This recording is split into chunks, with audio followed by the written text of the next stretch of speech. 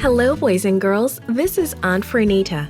Today's story is called Gallant Gideon. The memory verse is from Philippians chapter 4, verse 13. It's one of my favorites. I can do all this through Him who gives me strength. The message is, God can use me when I trust Him. Have you ever been confused or afraid and not sure what to do? When Gideon learned to trust God rather than be afraid, exciting things began to happen.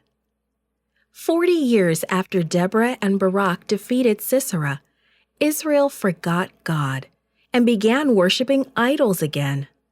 Because the Israelites left God's protection, for 7 years, Midianites and Amalekites caused problems for the Israelites.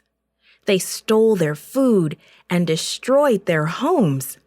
Many of the Israelites lived in caves just to survive.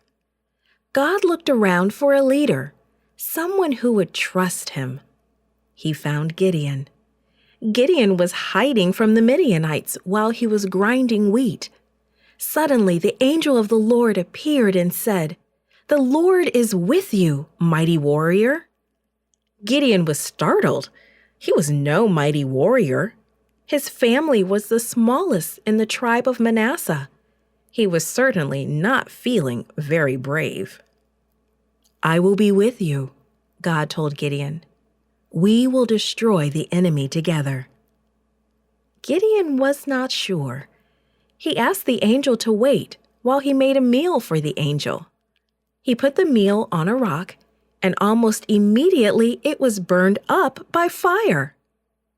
Gideon asked God for 2 more signs. He wanted to be certain that God was with him. He held a fleece in his hand and spoke quietly, "If you are going to help Israel defeat Midian, let this fleece be wet tomorrow morning, and the ground under it be dry." The next morning, it was just as Gideon had asked. No dew had touched the ground, but the fleece was soaked.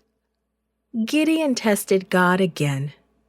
"This time, let the fleece be dry and the ground be wet," he asked.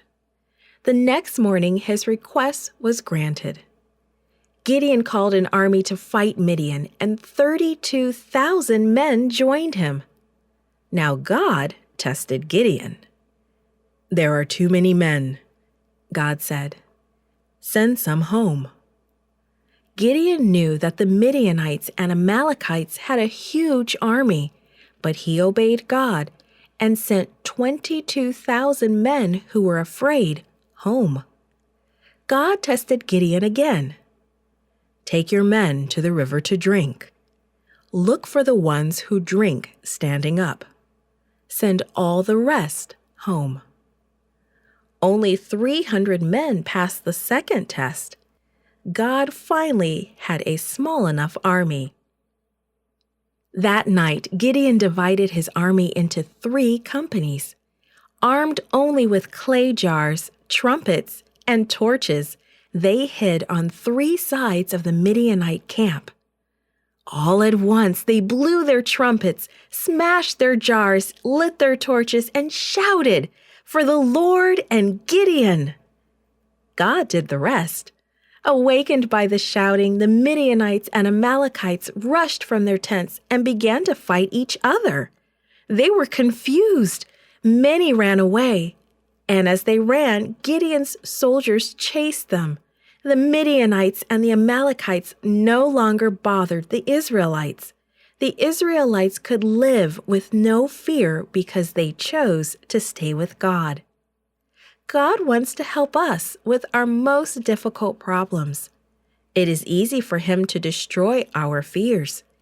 It will be easy for us to trust Him when we remember all that He can do and all that He is willing to do for us.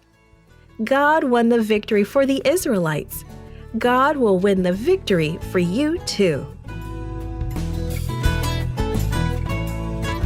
This podcast is read by Franita Buddy for Gracelink.net. Created and produced by Falvo Fowler. Post-produced by Faith Toe at Studio El Piso. The theme music is by Clayton Kinney.